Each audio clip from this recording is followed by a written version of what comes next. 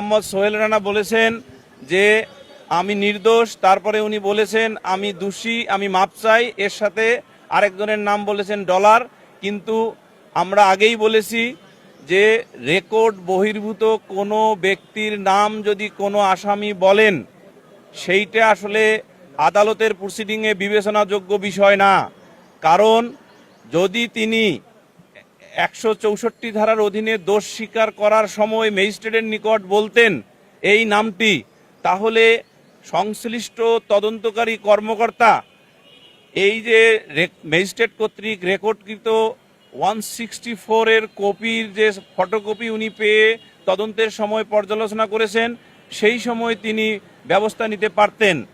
এ থেকে আরেকটা জিনিস প্রতীয়মান হয় যে যারা হেবিচুয়াল অফেন্ডার তারা তদন্তের সময় অথবা বিচারিক যে কোনো পদ্ধতির যে প্রসেস, সেই অর্থাৎ বিচারিক বিভিন্ন স্টেজে গিয়ে বিভিন্ন ধরনের কথা বলে বিচারের কার্যক্রমকে ডিলে করা এবং জনগণের মনে এক ধরনের বিভ্রান্তি ছড়ানোর চেষ্টা করার একটা অপচেষ্টা।